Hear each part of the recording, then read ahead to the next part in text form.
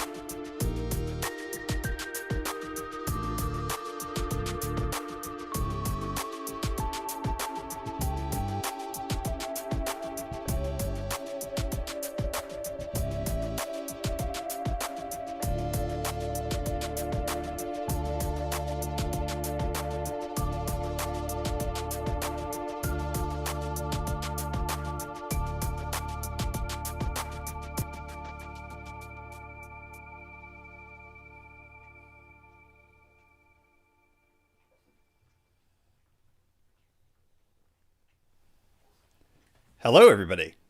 We are live, baby, live, as I like to say. Thank you so much for joining. This is the first Pedal Shift live in, I believe, over a year. And that wasn't specifically by design, but I do think that obviously all the things that we were going through with COVID and everything, it just sort of made, I don't know why, Zoom fatigue was a thing, at least for me. It may have been for you, but the prospect of getting on a live stream again just seemed to be a little bit much. So we took a little bit of a break from the live show things. But I will say, I have been looking forward to doing this show for weeks now, ever since I announced it. So I'm really excited to have you all here. And we're going to have some fun tonight. I hope. We'll see. One bit of studio news here. Obviously, you can see there's a lot going on in here. This is sort of the studio has developed over the course of the last year or so. And yes, Star Wars has taken over. Music has taken over. You're seeing the official vinyl of the Pedalshift project is my copy of Welcome to Wherever You Are by NXS, because brand, right? So that's the background here. There are also 4 animals in this very small office with a closed door. Is that a good idea when 2 of them, 3 of them hate each other with white hot intensity? We're going to have to see. We're just going to have to see if that ends up working out. Here's how this works if you've never been to the live program here. Basically, this is just a way for me to generate content. I'm sorry. It is. This will become next week's podcast. But for those of you who do make it here to the live version, or if you're watching this subsequently, we do a couple of additional things here for video purposes. And I thought that tonight I would take a little bit of advantage of the video medium to, try to test out my new fancy schmancy little techie gear thingy. I'm not articulate tonight. I haven't done this in a while. To basically show you some of the images of the microcamper build that has been the subject of the last 2 episodes. If you're not caught up on the show yet, first of all, awesome for you to show up to a live show and not be caught up on the pod, but that's cool, no judgment. The last 2 episodes have been all about building out the 2011 Buick LaCrosse into a microcamping type of experiment, shall we say. And I know that I always say, hey, I'll go to the show notes for the pictures and things like that. Well, I know most of you don't do that because I can look at statistics and things like that. I know most of you don't do that. So I thought that now that you're a captive audience, I thought I would at least share a few of the images, like one of those slideshows, one of those horrific slideshows that you ever have to go through when family members force you to see their vacations. I'm going to force you to look at some of this stuff, mainly just to kind of get folks into the room before we start recording the show in earnest. As I mentioned in the first email that I sent out in here, if you're on the Pedalshift email newsletter list, you saw we're going to be talking about a little bit more about the build out. We're going to be talking a little bit about summer touring plans and kind of why that's a little bit up in the air for me. And then we're going to do an AMA and Ask Me Anything on touring. I've got a bunch of questions that have developed over the last several months as well. But of course, I'll be taking your live questions as well here in the chat box. Oh, by the way, if you are not on the YouTube page, you are unable to get to the chat box. And the chat box is the way that I will be able to interact with you on this fine program tonight. So please feel free to go to the YouTube page, click through. If you're on pedalshift.net/live, there's a way to kind of click through to get to the YouTube version of it. And then there's the chat box there. Depending on the device that you're on, it may be on the right, it may be on the bottom. It's there, and please feel free to chime in. We already have a bunch of folks in the chat room tonight. Let me know where you're chiming in from. I see Byron from down under had some time zone issues. I don't know if we're in that weird period of time when the U.S. is on daylight savings time and some parts of the world are not, and it just throws everything off. So it's 9 p.m. Eastern Daylight Time here. So let's see. We got Scott, Ella, Greg, one of the Michigan guys, is in the house. Tom, my partner's mom, is in the house from Oklahoma. Hello, Linda. Let's see. Brian, Mark, Keith, hello. And yeah, a whole bunch of you. Chad, hello from East Central Illinois. Brian, you're in Plano, Texas. Dave, first time in Pedalshift live chat from Hollywood, Florida. Fine area. I have been there on past times. Let's see, Oklahoma, of course, from Linda. South Jersey, just outside of Philly, for John. Thank you all for joining. By the way, if you didn't know, I am at my cabin in West Virginia tonight. That's been the hang for the most part. We have been able to go back and forth between DC and here in West Virginia. There's just a little more space here for us to be able to spread out a little bit. I've got my own office space as opposed to a teeny tiny corner of a dining room table. And you think I'm kidding? I'm not kidding. That's the only space I get in the DC space. So hi, Kimberly. I know you're watching too. In any event, like I said, thanks all for joining. What I thought I would do, as I mentioned, is I'm going to, for you who are watching the video or who are otherwise here live, that's awesome. We're going to do, now watch this, fancy camera movement. This is new to the live show. Wow. Look at that. Isn't that amazing? Look at I like picture in picture.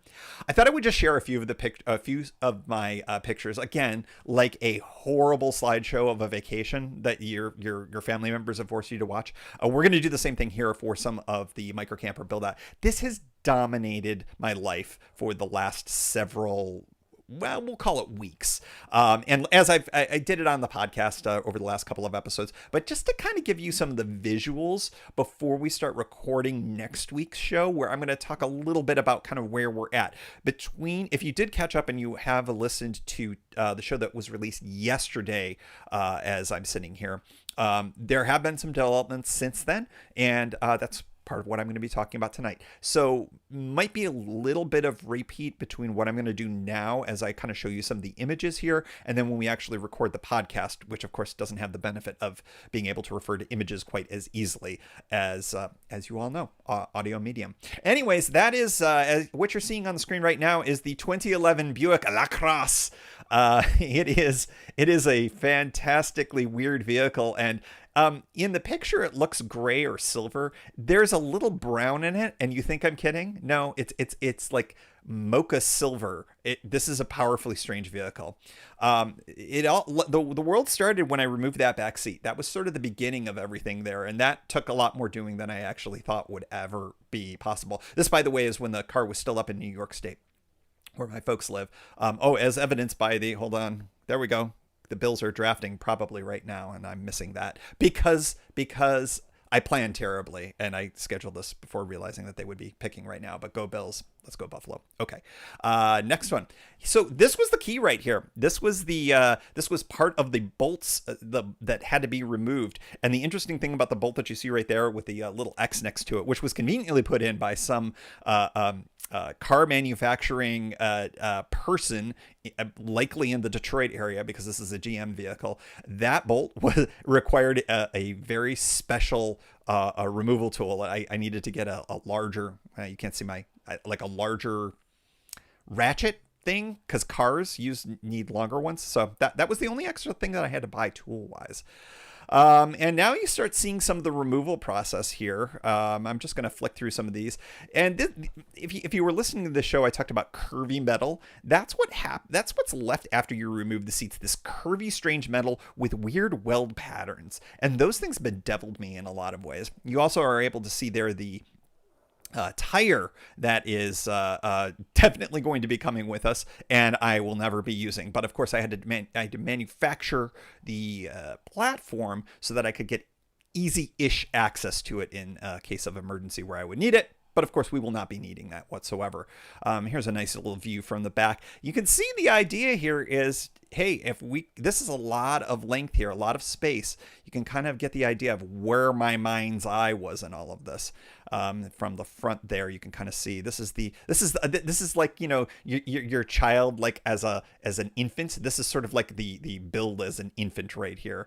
And this was the beginning. This was the key step right here. And I talked about this in the pod.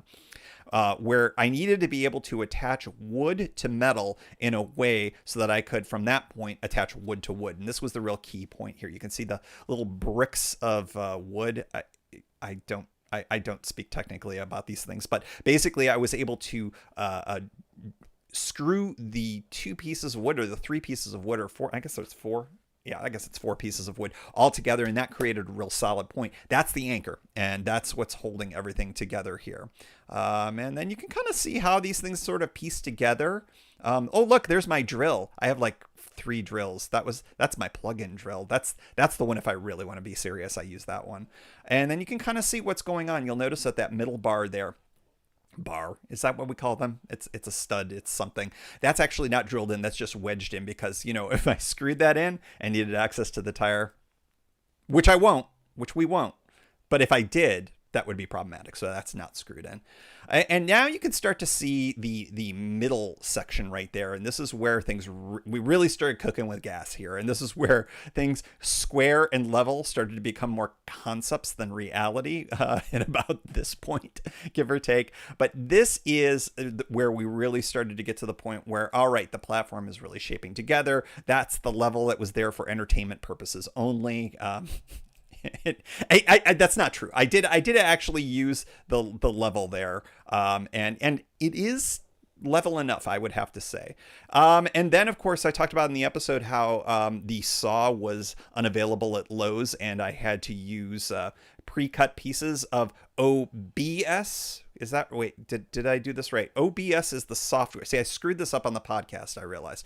OBS is the software that I'm using right now to broadcast to you, and it's OSB, I think, for the board. I think I screwed that up in the podcast. For everybody who builds things probably has had so much fun making fun of me throughout all of this. So anyways, that's not how the layout ended up going. The layout ended up going a little bit differently because of the nature of the size. I thought, oh, wow, look at all the different configurations and puzzle pieces. And I realized that just wasn't going to do it. And then you could start to see the beginning of I believe my camera is in the way. That's when I started doing the hinges out of duct tape, super strong duct tape, that 3M duct tape. It actually has worked really, really well.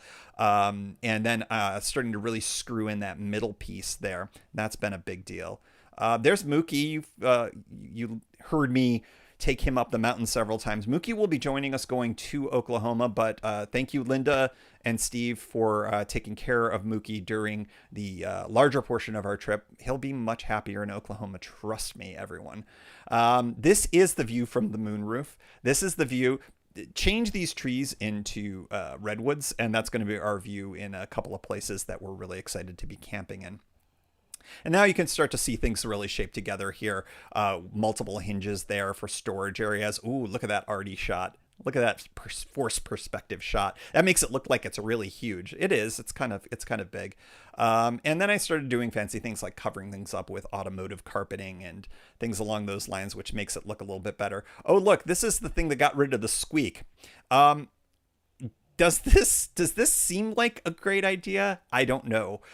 It doesn't seem super secure in some ways. I mean, yes, it's screwed in, but at the same time, it stopped the squeak, and that's all I care about. So listen to the show if you don't know what I'm talking about. And this is, of course, has been the thing that's been dominating my last couple of days here, and that is dealing with the old mattress that is the new mattress that is going to be used for this. And what an interesting process this has been. Throughout all of this, there's the cutting tool that I referred to in the episode, which it was great for then. But then I discovered, you know what? Really sharp knife actually is a little bit faster. So I went with all of that. There's Jackson. Jackson's in the office right now, and I'm sure he's going to pick a fight at some point. He did not help a single bit, other than getting on things there. And this is the full 6-inch mattress, which we determined was a little too thick. Looks kind of cool, but too thick for things. Very comfortable, but far too thick.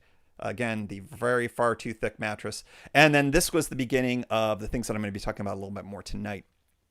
The blackout shades, the privacy shades that I'm starting to build poorly, I might add. Let's just say that I bought 12 full sheets of black poster board, and it's a good thing because I am going through my burn rate on these is higher than actual creation rate, so that we'll have to see how it goes. And I just thought that I would close things out by showing the bike rack on the rear of the vehicle. That's going to serve an important bit of purpose for obviously bike, but also for some other larger things. We have a we have a dog stroller, and before you make fun of the dog stroller, it really makes a big difference in our lives. We've just recently discovered, because it helps separation, it helps movement for the older dogs. That we can roll them around, we can take them to restaurants that are cool with dogs being in strollers.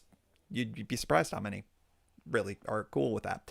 So in any event, that is sort of the those are the pictures that are in the show notes, and you can feel free to go check those out when you are interested. I'm going to go over into the chat box because I saw some movement in there. I do see Kimberly has chimed in from Oklahoma.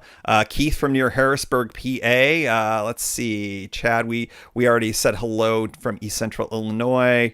Elvis Bus from Philadelphia, yo. I love it. Philly's made a big impression on me over the last couple of months. Larry in Indy, Lisa Aloha from the island of Oahu, and who also has an orange Brompton. Welcome to Team Orange. I mean, I'm so happy that they brought back the orange. Lisa, you have to tell me if you have the orange Brompton that I covet. Do you have the metallic orange? Because that thing is fire, as the kids say. It is so amazing. Tom, thank you. It is OSB, not OBS. OBS, the thing I'm talking to you from. This little gizmo, that's the thing. And yes, OSB is the board. It is I think B stands for board. Anyways, and Vince LaGreco from Phoenixville. Hello, Vince. All right, folks, enough of me chatting and showing you photos from my strange spring vacation, which was building this thing out. We are going to do something very special, which it's not so special because I've done this before, and that is we're going to do the recording of the live program here, and I'm actually going to start by actually recording, which I realized that I didn't start early, so I guess none of this is going to make the show, but that's fine because this kind of stuff, it's just for us. It's just for the live crew. It's just for the people who are live baby live with us. What I'm about to do now is we're going to start recording the show. And on the show, as I mentioned, we are going to be talking about updates on the microcamper build that I haven't already talked about.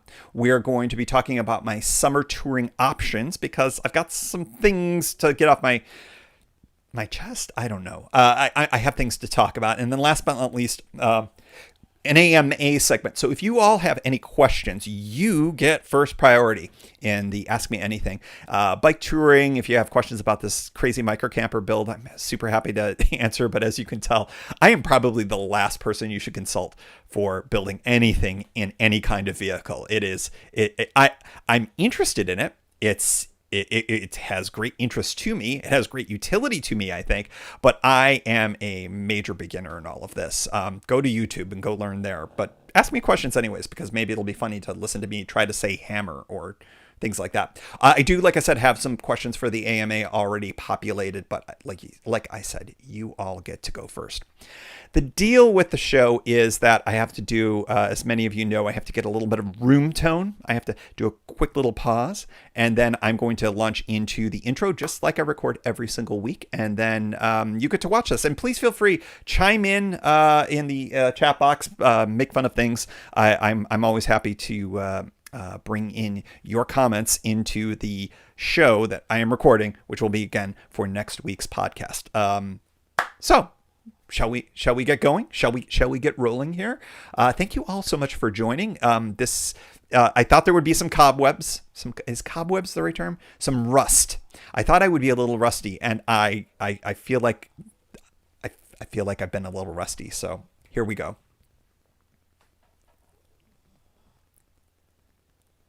Greetings and welcome to another edition of the Pedalshift Project. The Pedalshift Project is a series of conversations, thoughts, and experiments around the bike touring lifestyle. From tips and tricks to ideas on how to ride your ride. Let's shrink the world by bike. Show notes and more are available at pedalshift.net/241, and you can email the show at pedalshift@pedalshift.net or text me at 202-930-1109 and check Pedalshift out on all the socials as well. Hello, everybody on the podcast. Hello, everybody in the chat room and on YouTube. We are live, baby, live for episode number 241 of the Pedalshift Project. My name is Tim Mooney. Thank you all so much for joining. I am very excited as I talk to the folks in the room in the live show at the top of all of this.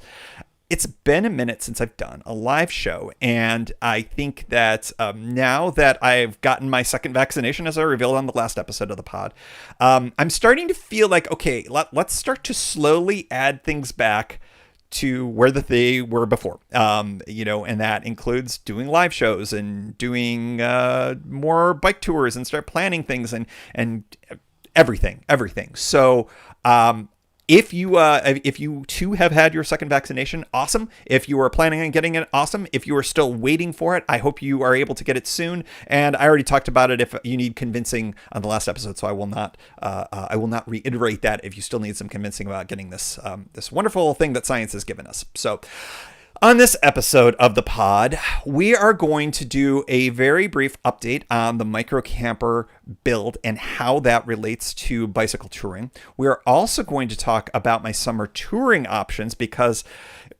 man, that's just coming fast.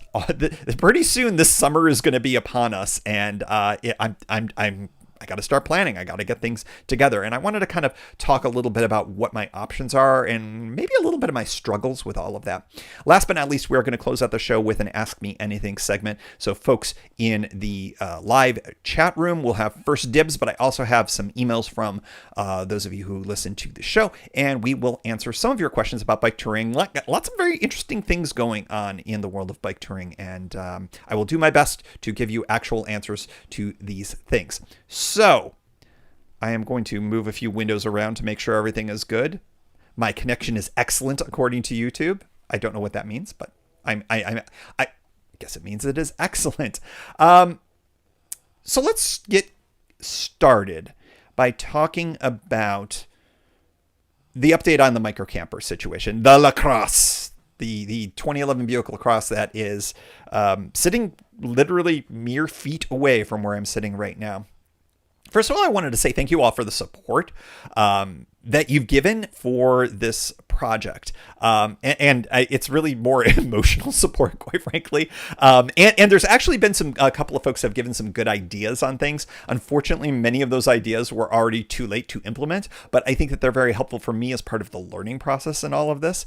If it wasn't really manifestly clear from before, it is very clear to me now that this is a test. I am learning so much about these types of things. You can watch dozens or nay, I say hundreds of hours of van building videos and feel like you have a decent idea of what you're doing. And then when you're sitting there with a miter box saw, which I only recently learned the name of, even though I've owned it for over 10 years, you start to learn pretty quickly that what you don't know and what I don't know can pretty much fill the Grand Freaking Canyon. That's all I have to say about that.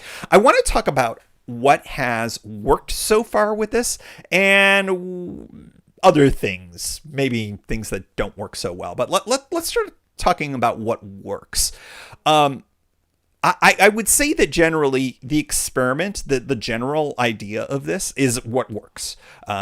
Once I removed the seats and all of that and realized that there's plenty of space in there, I think that the takeaway from where I'm at right now is that this is going to be functional in some type of way. Will it be something that is functional in a way that is, a 10 out of 10 or more like a 3 out of 10? That's going to be to be determined. I do think that there's a few things that I am going to have to fix as we go along here. And that's why lying down in it and kind of figuring out how this thing will all look and work and feel is a really important thing before we actually go off and do 6 weeks on the road with this thing.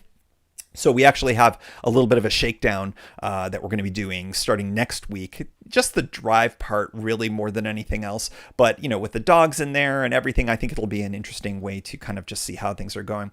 I do want to start by talking about the mattress situation. As a bit of review, and for those of you who are here in the live show version on YouTube, or if you're after the fact and you're listening and you want to go check it out, I did a little bit of a tour with the images that are in the show notes for last episode, but then you get my witty dialogue and banter with it. So go check out that video if you'd like. The whole thing with this is it's essentially one giant bed in the back.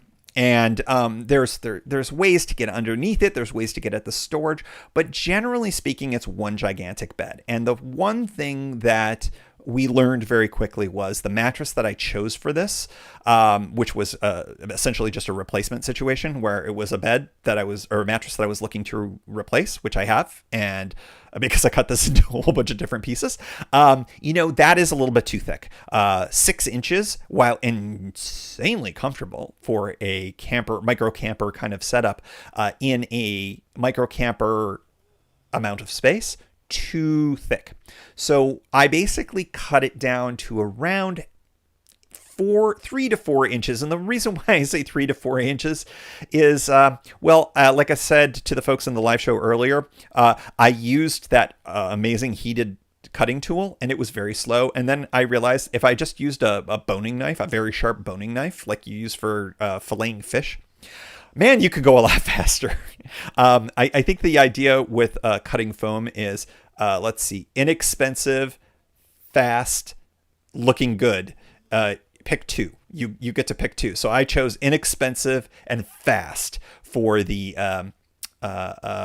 with the knife situation, and I was able to cut it down.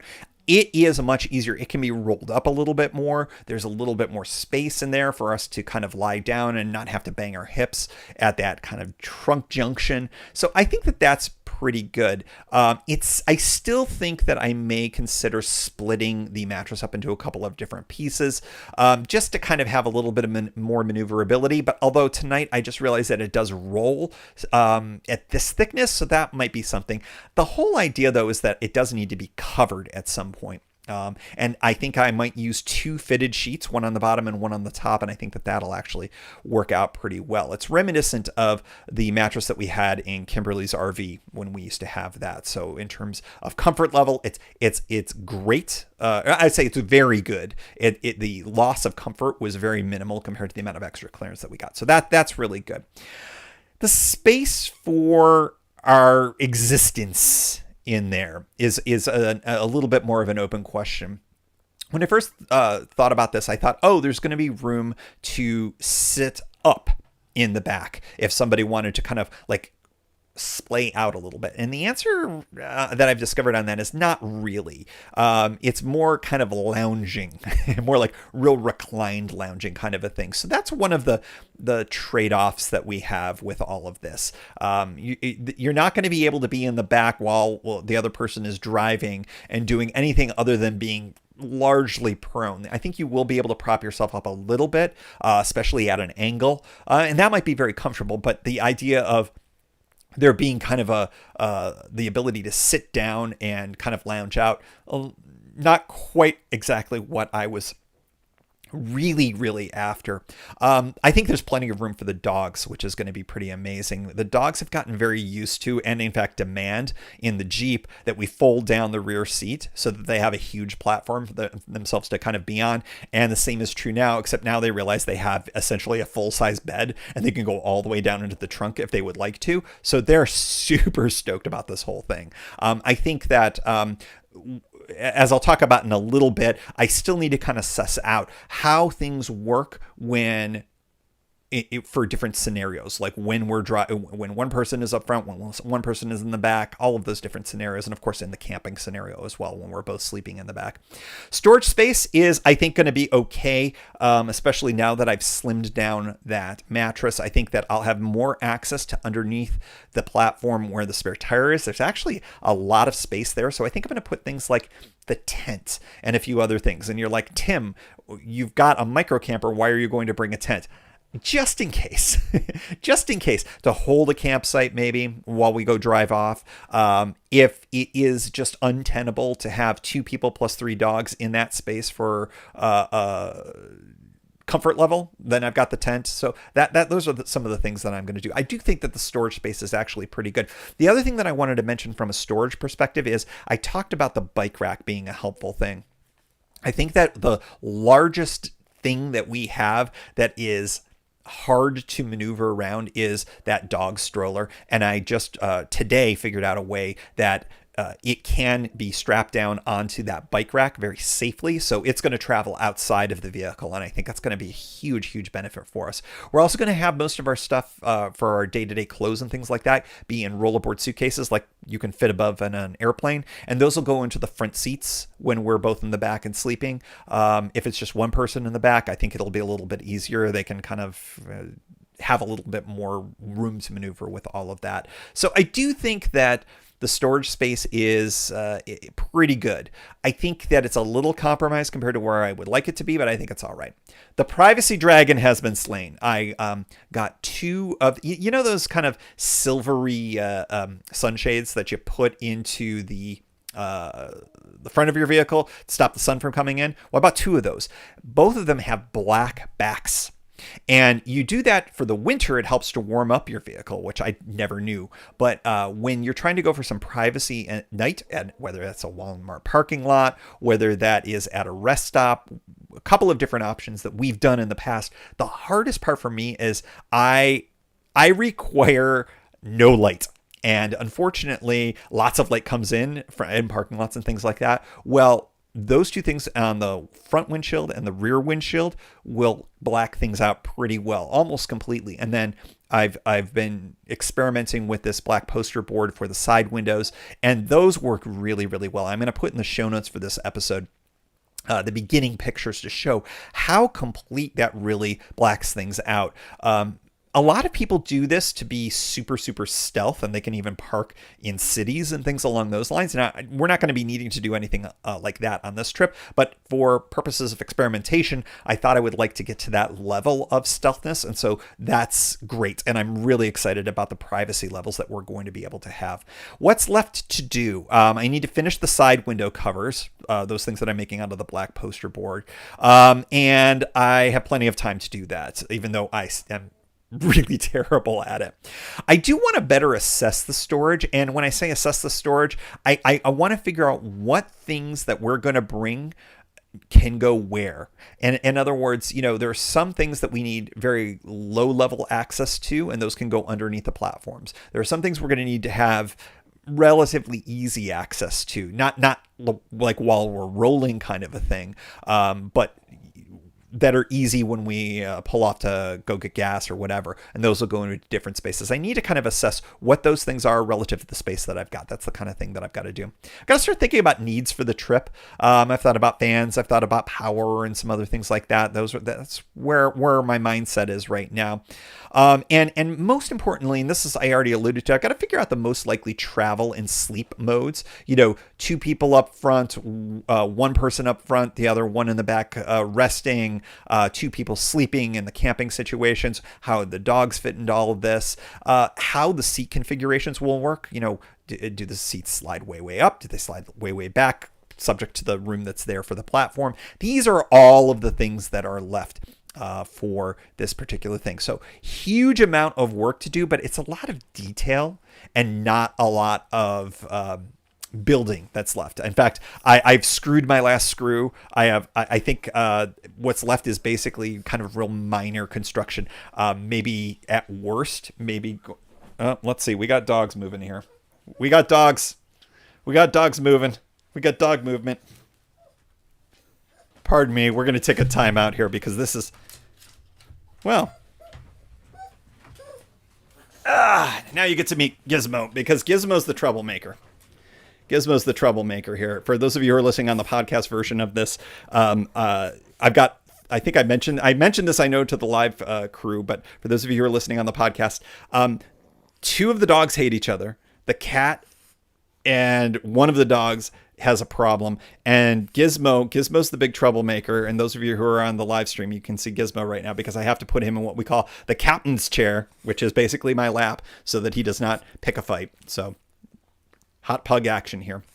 Want to move over into the chat room to kind of tie a ribbon on all this, because I noticed that Misha LeBlanc, a friend of the show here, said, what about putting a cargo rack on the trunk to keep aerodynamics in space? So Misha, that's a really good point, and that's effectively what's happening here. I'm going to be able to strap down either the camp chairs. I didn't mention the camp chairs, but we're going to probably bring 2 camp chairs, and also that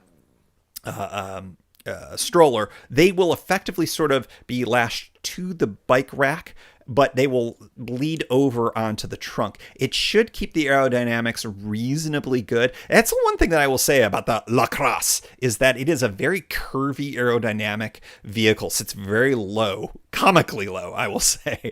But I think that it will fit in there and work really well. The moonroof prevents the use of the roof for roof racks or roof bags or anything along those lines. But I do think that that's the right thing to do there as well. So, anyways, I wanted to say thank you all for your feedback and your interest in the micro camper. I will mention it again, but like I said, the micro camper is only tangentially related to bicycle touring, and I think that this is going to be a really interesting tool for bicycle touring, and I think that it's going to be something that might help me out with summer and indeed potentially fall tours, or at least options for them. And I wanted to transition now into talking a little bit more about my summer touring options. The micro camper may be a piece of all of that, although I'm not really sure. And I want to say, I want to start off by saying that I'm struggling a little bit, I would say. Maybe struggling is the wrong word here. But I'm trying to figure out, where do I want to go? What do I want to do? How do I want to ride for a summer tour? Obviously, the trip that I've been talking about here that's going to be out to the West Coast, bicycling will absolutely be involved. In fact, I know for a fact that you're going to get an episode of me cycling the Avenue of the Giants. You're absolutely going to get an episode on that because the bike's going to be with me, and the micro camper is a huge tool in how that's going to all work. And so that's a piece of all of that. But I'm struggling, and it's have you ever heard the phrase paradox of choice? I'll be fully vaccinated. It seems like that with the numbers likely trending down, things are going to be opening up. There's going to be a lot of options out there. And for the last year, I've been pining away for different types of tours that don't involve the C&O or the Gap. Sorry, C&O heads. Sorry, Gap heads. But I'm super excited not to be doing a tour on either of those trails, although I am going to be doing them probably at some point this year. What do I do? I put a lot of work in on that Pennsylvania route. I mean, what did I do? Did I do 4 episodes on that? I mean, thank you for putting up with that, by the way. But, the one thing I'll say about this part of the country, and that extends to Philly as well, and my Philly person in here and Harrisburg, I know we've gotten there. This part of the country gets very hot and very humid, and it's just not that comfortable to tour in. I do it every year, but sometimes in the summer, I like to try to escape the heat. The other thing that is a part of this particular route, that Pennsylvania Bike Route S, that I noticed, and I mentioned it on the pod, is that there's a ton of exposure. There's very little tree coverage for that ride. And I think that's another argument that I'm kind of convincing to myself that I'm not going to be riding that one as my summer tour. I may look at that as a fall ride, maybe even a later fall ride, because I wouldn't mind doing that when it's cold, quite frankly, or at least not warm. I think I've decided that I'm going to table that one, as much work as I put into that one. But I am kind of excited to ride to Philly for some kind of a ride. It's nice, it's compact, it's short. The route was kind of cool. I love the idea of coming in on the Schuylkill River Trail. I love all of that. So I do think that that's something that's probably a fall or perhaps even a late fall ride, but something to be thinking about. The Oregon coast is clearly a front runner for me. Perhaps even the full Portland to San Francisco ride. And I know I talked about that on an earlier pod. All the COVID shows kind of run together for me. Maybe integrating in some fast forwards and things like that. But, for the summer, the one bummer about recent summers and climate change, quite frankly, is there is now a smoke season, even on the Oregon coast, certainly on the West Coast. So that's kind of a drag. I've ridden in it. It's not so enjoyable. I hope that there isn't a one. I'm going to grab Gizmo again. Gizmo does this at this time of night. He barks at nothing and requires to be held. He's cute. He's very sweet, but do you see them? that devilish look in his eyes, it's because he's the devil. He is actually the devil incarnate. This dog, very sweet dog, but also the devil. One other thing about Oregon and Northern California, I'll have just been out there. This micro camper trip is very much an Oregon and Northern California trip. In fact, it's especially going to be a coastal Northern California trip because we are going to be spending some time on the California coast, maybe a lot less on the Oregon coast. But, that argues against the kind of Northern California piece of it. I will say that I've also thought about digging into the archives for trip ideas. There have been many, many instances on this show where I have gotten all hot to trot about routes, and then you never hear from them again. I will say that one that has I'm revisiting just because I was up there very recently, right after I got my first shot. I went up to see my folks, and they live right on Lake Ontario. And I thought, oh yeah, I was going to ride around this thing at some point. So I think that might be an interesting ride. It got headwinds as an issue. You're not on the lake at all times. The route is fine. But I love the idea of circumnavigating it. I've got a past podcast talking all about that if you want to go check that out. There's a big question though. My friends north of the border may not want to let me in yet. Canada has still got things closed, so that's an open question as to whether or not I can travel into Canada at all. I want to make sure that Canada, you all are comfortable and have your stuff together before I put any pressure on that. Not that my presence or absence means a damn thing to international relations. But anyways, point being, that's a factor in all of this. There's also the possibility of just doing a trip on stateside, doing a Great Lakes kind of tour just on the U.S. side of things. That's certainly a possibility. I think that where I'm at with all of this, and I'm going to turn to the chat room in a moment here because I'm sure I already see some things happening here. I know that a lot of you have different ideas as well. I think that I want this to be. I think I'm putting a little too much pressure on it. I don't know about the rest of you, but it's sort of like now as we start to do things for the first time after being off for a while, perhaps we're putting too much cachet into these things, and they have to be everything to us. And the first tour has to be the greatest tour of all time. And you know what? I don't think it needs to be. I don't want to overthink this. I don't want to underthink this. I want this to be fun first and foremost. And I do think that, more to come. Let's just put it that way. I'm definitely going to do a fall ride. I'm definitely going to do a winter ride. I'm definitely going to do a summer ride. So I do think that there are two more big, two tours, perhaps one larger one that's going to be closer to 2 weeks. And then the winter tour, I think I'm looking at Florida, but that's something that I'm going to be dealing with later. Turning to the chat here. Let's see. You are permitted not to do the Gap or the CNO. Do Maine instead, says Misha. And Misha says that Canada is closed. Misha's from north of the border, if memory serves.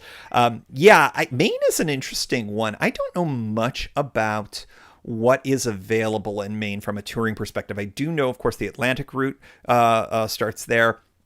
Beautiful, beautiful place. Certainly cooler. Who knows? That's I'll have to take a closer look at that. Thanks, Misha. I think that's a really good idea. All right, so that's it. I am excited about the prospects for the touring, and I will keep you obviously all apprised because you hear from me literally every week about this kind of thing, and I will I'll keep you apprised. Next, we are going to do the Ask Me Anything segment here on the program. And I am looking forward to answering some of your questions here. I just wanted to start off by flipping through the chat box here to see. I feel like that there was somebody who had a question here in the live show. Here we go, Mark. So we're going to start off our first question here on the Ask Me Anything segment. By the way, I've been doing these for almost every single live show. So if you ever see me planning a live show, Feel free to shoot me a question in advance if I'm dumb and don't say, hey, send me questions, because I almost always do these. Mark Spooner asks, planning my 7th group bike packing trip.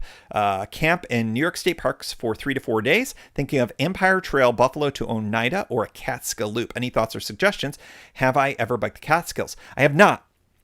Although, as you alluded to, the Empire Trail includes a route up the Hudson River. So you're in the Hudson River Valley. So that's certainly would be a part of any Catskills loop that you could do. I hear it's great. I've known a bunch of people that have done some cycling in that area.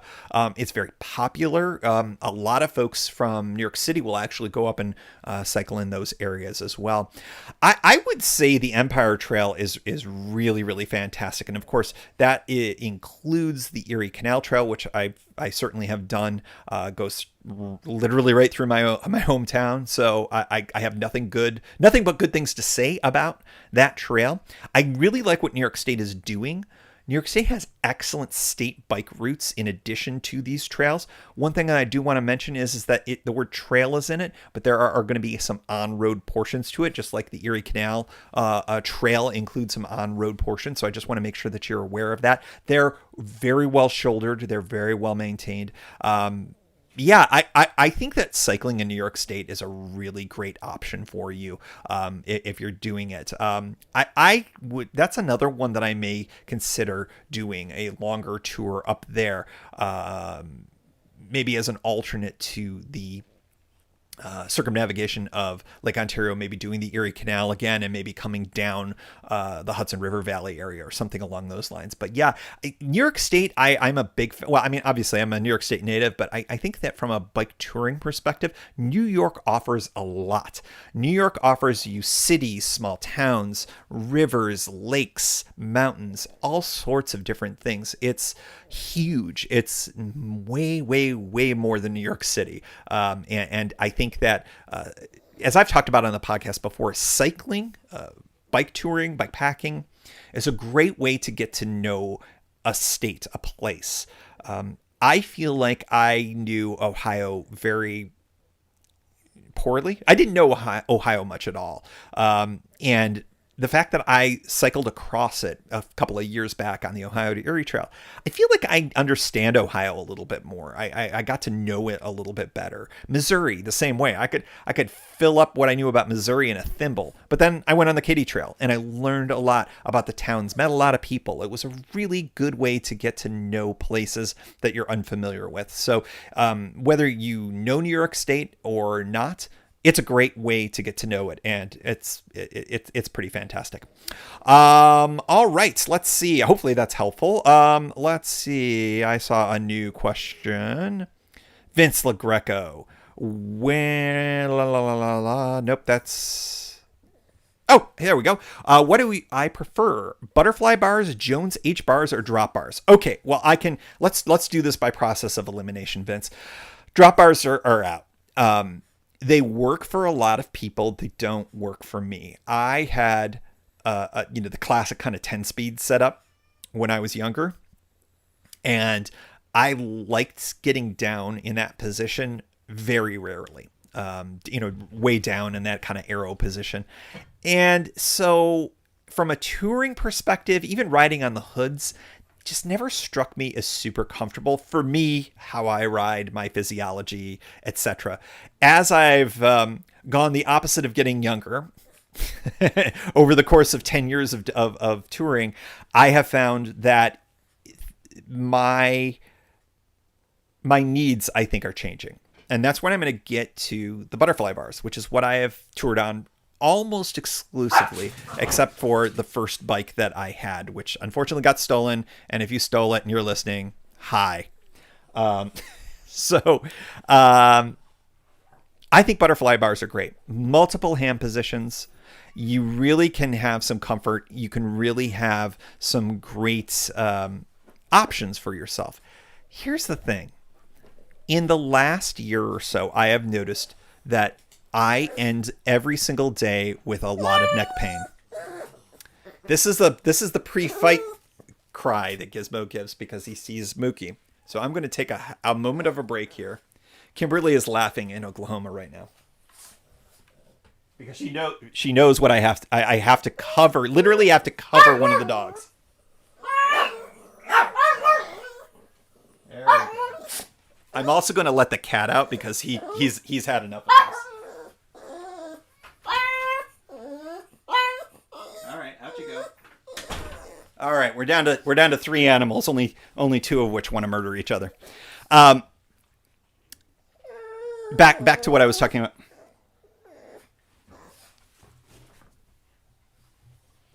We'll see. This is what I was afraid of. This is how the sausage gets made, as I like to say. When I record podcasts, generally, I tend not to allow all of the dogs in one space. And this is why. This is what gets edited out. Best YouTube video ever. This is why they invented YouTube. So the neck pain is where I've been at recently. And I think that what I've been discovering is that when I ride the Brompton, I don't have that neck pain. And I'm realizing it's because of the position that I'm in, primarily when using the butterfly bars. It's down and I'm craning my neck up. Now, I could put some risers. This is showing my total ignorance. Spacers. I could put more spacers in there and raise up the bars a little bit more and ride a little more upright with that. Or I could potentially move over to those Jones bars or an H bar. That's where I'm starting to think I may be moving. Maybe not this year, maybe next year. But that's a direction I'm really looking at. I know Mysterious James is a huge fan of the Jones loop.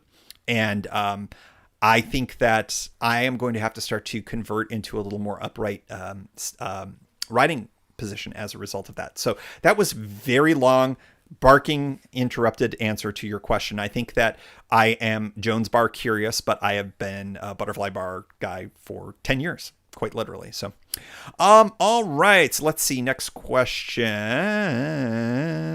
Byron from Australia. Hills or no hills on your ride? Which do you prefer? This is a great question. So when I started bike touring, I feared hills. I think I've talked about this on the pod in the past. And I think fear is the right word. I practiced, I trained for that very first ride in Northern California. And I thought I was so set. My number one goal was not to be the last person. That was it. If I was the second or third to last person coming into camp at night, I would be okay. Well, it turned out I ended up being the last person a lot. And here's why. Because I trained here in the flats. And I talked to the husband of an old high school friend of mine who did the climate ride from New York to DC. And I said, before I went to California, I said, what's your one piece of advice? And he said, hills, do hills. And I thought to myself, oh, I'm sort of hosed because this was like a week or two before. And what I learned was that hills are a problem if you don't have the right gearing. And that bike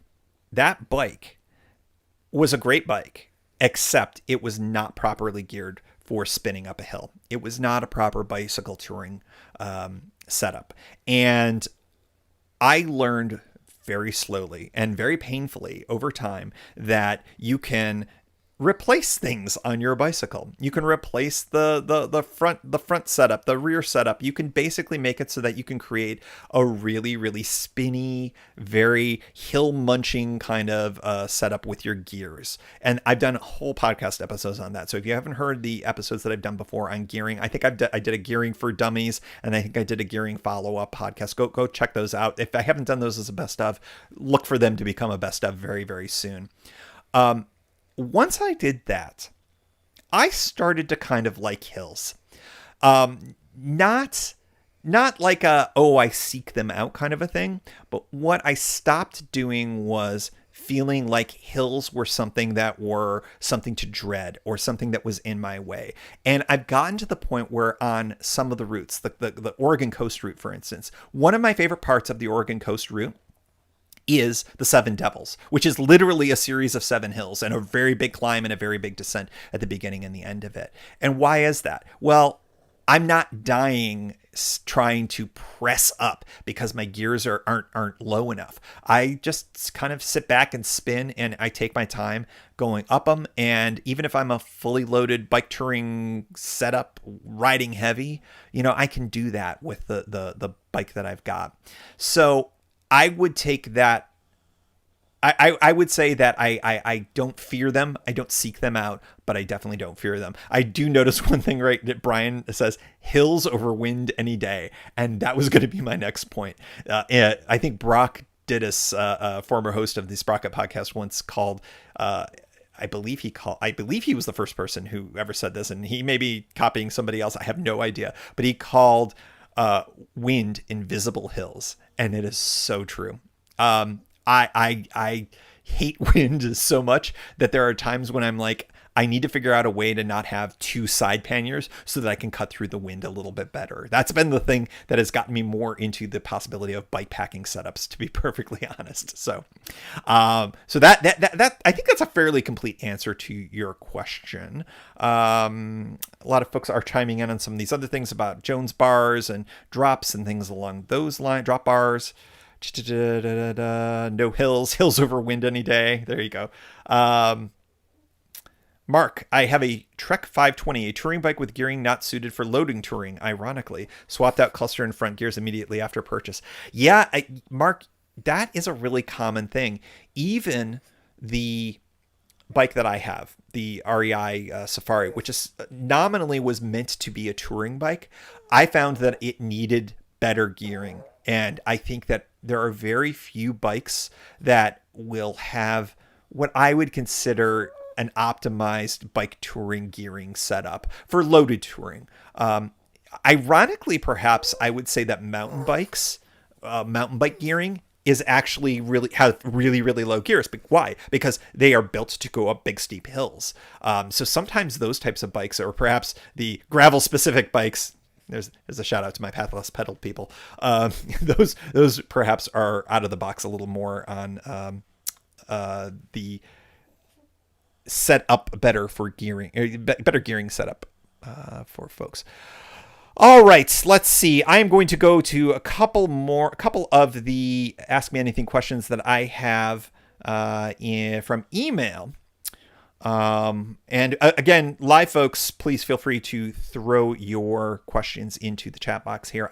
You get pushed to the front of the line. Question from an anonymous listener. What's the status of the river crossing at White's Ferry on the C&O? Glad you asked, anonymous writer, inner listener person. Thanks for writing in. Loudoun County, Virginia, and Montgomery County, Maryland are doing a 90-day study. Let me back up for a moment here for those of you who don't know what this is. White's Ferry is a cable ferry crossing, the last of its kind, crossing the Potomac River at a very, very convenient point for bike tourists. It allows access to hotels on the Virginia side from where the trail is, the C&O on the Maryland side. It was closed last year because financial reasons and things that I won't go into too much. You can read more about it in the link in the show notes there. So the counties are getting involved right now. There's a new owner, and this new owner thought, dude, I'm just going to go in there and negotiate this with the Virginia people, and we're going to get this done. Well, it didn't happen. The Virginia side, they're stuck on stuff. They may be in the right. I haven't followed it closely enough to decide one way or the other. But the new owner, I think, was expecting that he would be able to get the Virginia folks, the Virginia landowners, to be able to play ball, and they haven't. So now, Loudoun County, Virginia, Montgomery County, Maryland, they're doing a 90-day study, because you know that when governments do studies, many things happen, right? No, not always. Well, it's a 90-day study. I got a link in the show notes on all of that. That dropped, I want to say a couple of days ago. So you got to figure that this thing is not going to get solved most likely in time for the summer touring season, because 90 days gets us, let's see, we're practically at the beginning of May. That's May, June, July. So we may have some kind of an outcome from the study at the beginning of August. I don't think that anybody should be banking on the White's Ferry being open for the summer touring season. Is it possible that maybe by the fall it could happen? Maybe. Is it possible that maybe the governments could end up deciding to take it over, eminent domain, and operate it as a government related thing? Possibly. Who knows?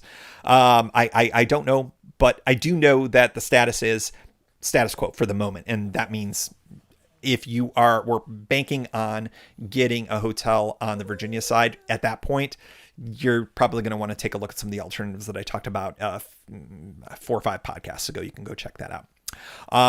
Let's see. Next question and some of these, by the way, were questions from past couple of weeks that I have been less than responsive to on email. If you have an email, by the way, that you have sent to me and I have not responded, trust me, it is not personal. It is just my lack of ability to be an adult, essentially. Have you thought, this is from Paul Steckler, have you thought about devoting an episode to the literature of cycle touring? The answer is yes. And then I just can't pick a book. I don't know why. I have not found a book about bicycle touring or a book about bike travel or bike packing or anything along those lines that has really caught my attention. There are a ton of books. There are a lot of self-published books, and I'm sure many of them are very good. I have picked up a few of them and started reading them, and I have not been super impressed. I don't know if I'm just picky or if I'm just not a huge reader. I'm a big audio book guy when it comes to this kind of stuff. But it's something that I'm interested in tackling. And Paul, in that same email, had suggested, hey, we could do like a book club thing on the pod, which I think would be really great. If any of you have got any kind of questions, or excuse me, any suggestions, knowing that I am picky, and don't take offense if I don't choose the book, please feel free to email them my way, pedalshift@pedalshift.net. I would like to do something like this in the future. So, Paul, thank you for that question. Let's see. Chad has a question, a touring adjacent question. What is your favorite episode of the Hit Parade podcast? Oh, man. Okay. Let's talk about the Hit Parade podcast.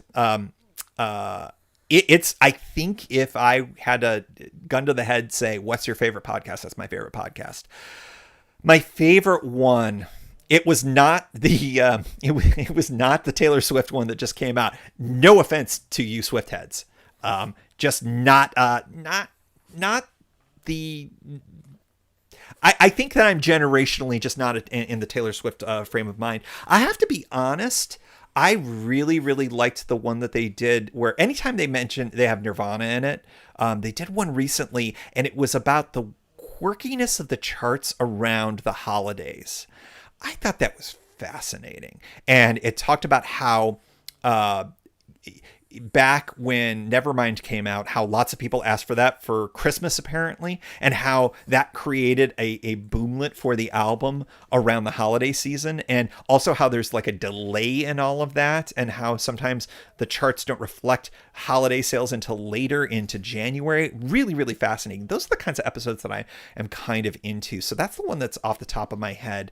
I am often surprised at the episodes of bands that I am not necessarily huge fans of, but I learned so much. And it's funny, Chad, you read my mind. The Bee Gees episode. What a fascinating episode that was. If you have not checked out the Hit Parade podcast, it's put out by Slate. Chris Melanphy is the host of it.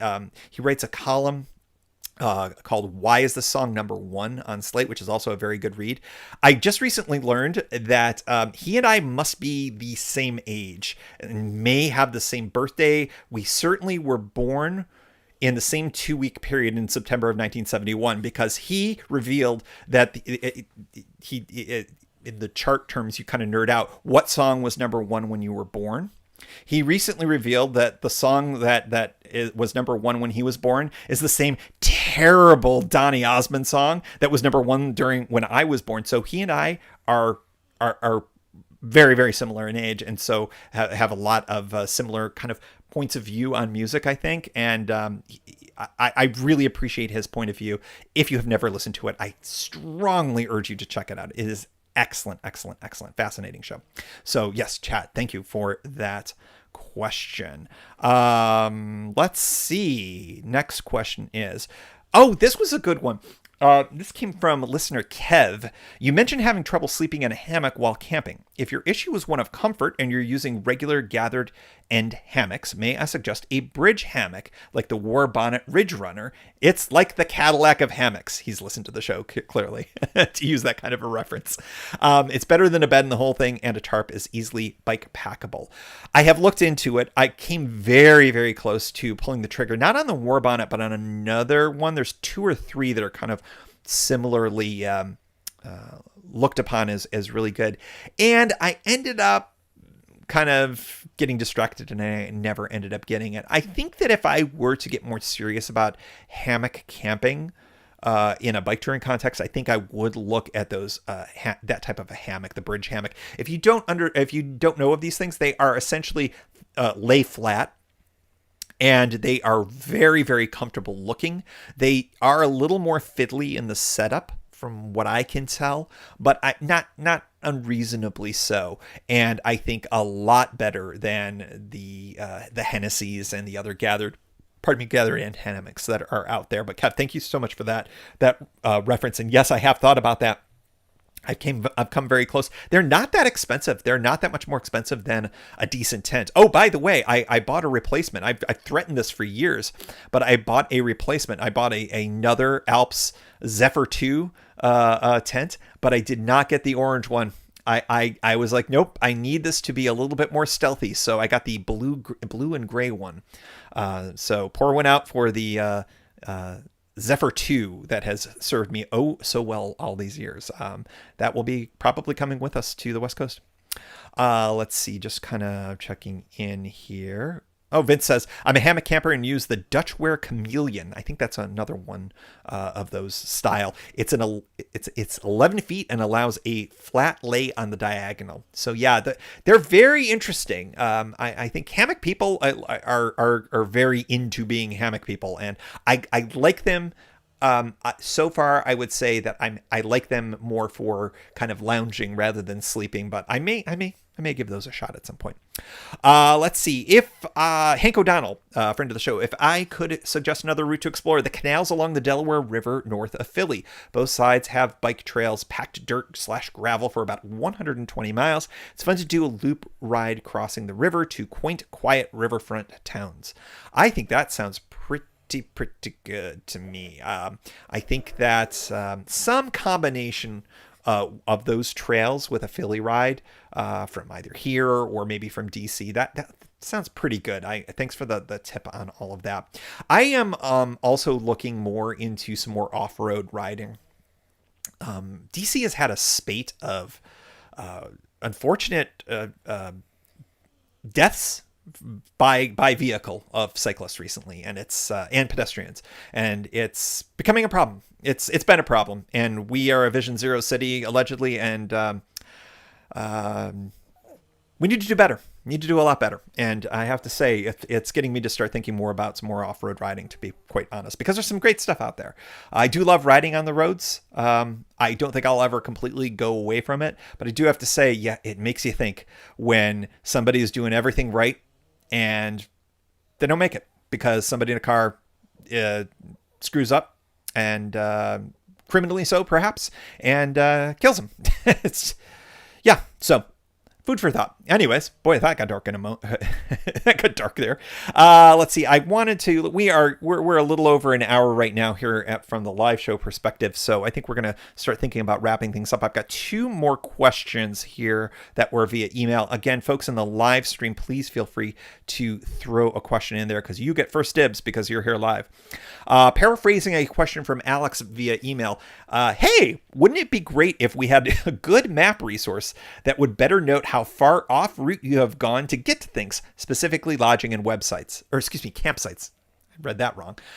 I think that's a really interesting idea. I would say that the ACA maps try to do that, the print ones.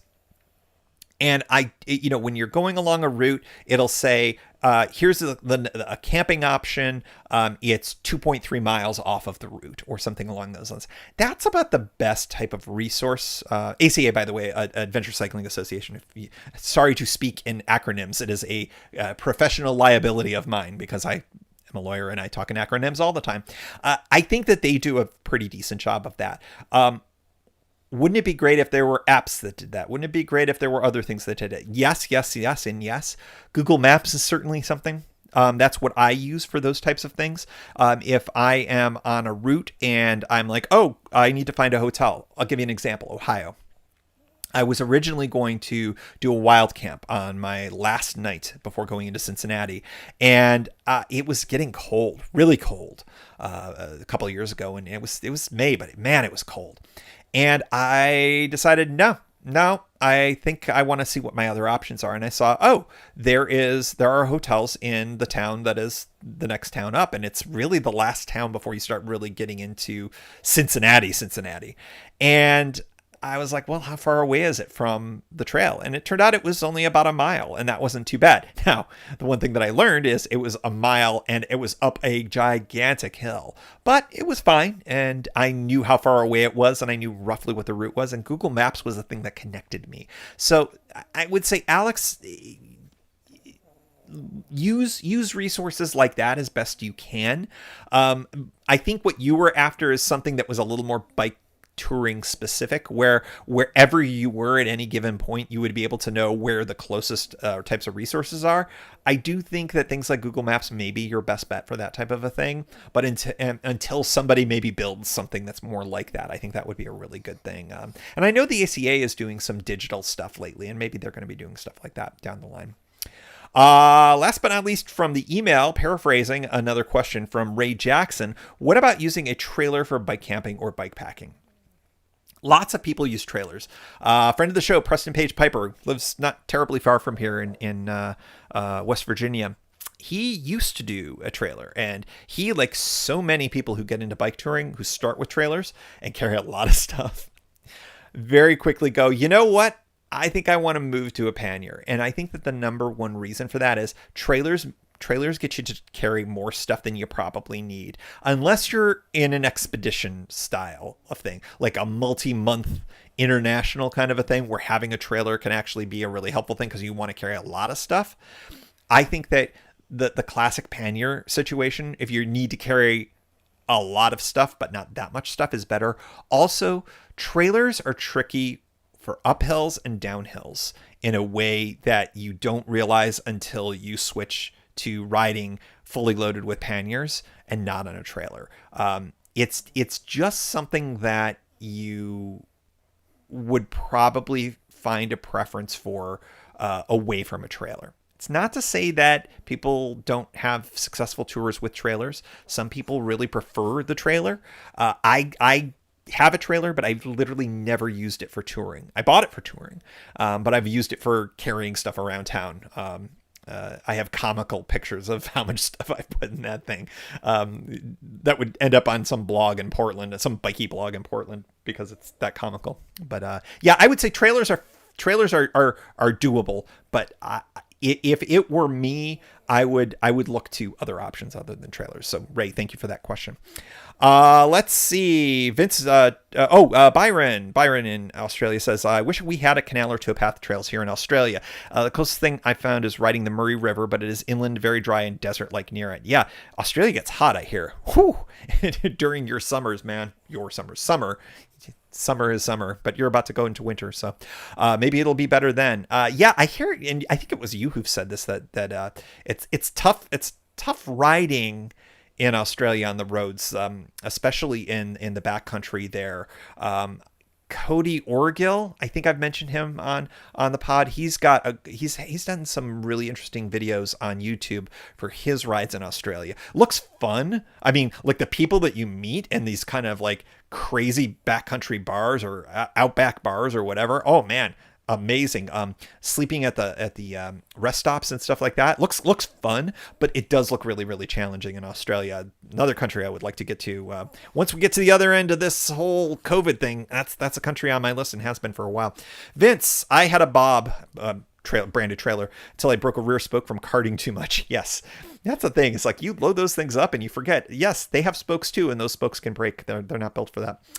Misha's building a tent trailer. I years ago did an episode of the pod, I think, where there was somebody who took essentially an old Bob trailer and used chloroplast, the signs, the material that political signs are made out of. They're plastic corrugated cardboard, for lack of a better way of putting it, and built a trailer with that, like a mini camper, a true bicycling micro camper, unlike the vehicular one that I'm building. So I thought that was pretty interesting. So Google that, Misha. You may find that that's kind of helpful there.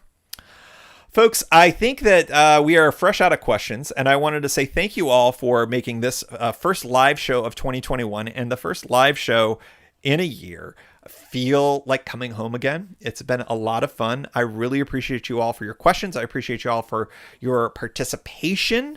And all of that. If I missed a question in there, I apologize.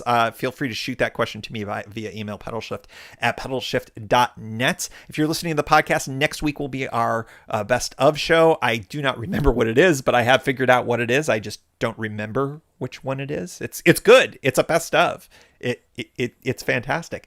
And then we've got some really, really fun shows coming up as we get into May and into June. It's all going to go back to bicycle touring. Lots more bicycle touring content coming at you very, very soon on the show. And as I start doing some more touring, of course, we're going to be bringing back more tour journals for you rather than just tour planning, which it feels like that's all I did over the course of the last year, plus a couple of rides on the C&O. But in any event, everybody, thank you so much for joining. Go check out the video on YouTube, and we'll see you next time. All right, for those of you who are on YouTube, that is when I'm going to stop my recording. If I can, I gotta go over here and hit stop. Oh, wow. That show was almost an hour long. And yes. So everybody, thanks so much for putting up with the devil dog himself, Gizmo the Chug. You going to say sorry? You going to say sorry for being so bad? I think that was his way of saying no. Folks, thanks so much for joining. I really, really appreciate it. More adventures to come. I hope that your spring or your fall, depending on which hemisphere you're in, is going really, really well. And I really look forward to doing more episodes of the pod here this year when travel and adventure and excitement is coming back. And I just can't tell you how excited I am for what is in store this year. So everybody, thank you so much for joining. We will see you next time. I'm going to hang out in the chat room for at least a little bit, so you can stick around here on the live show. But I'm going to shut up now.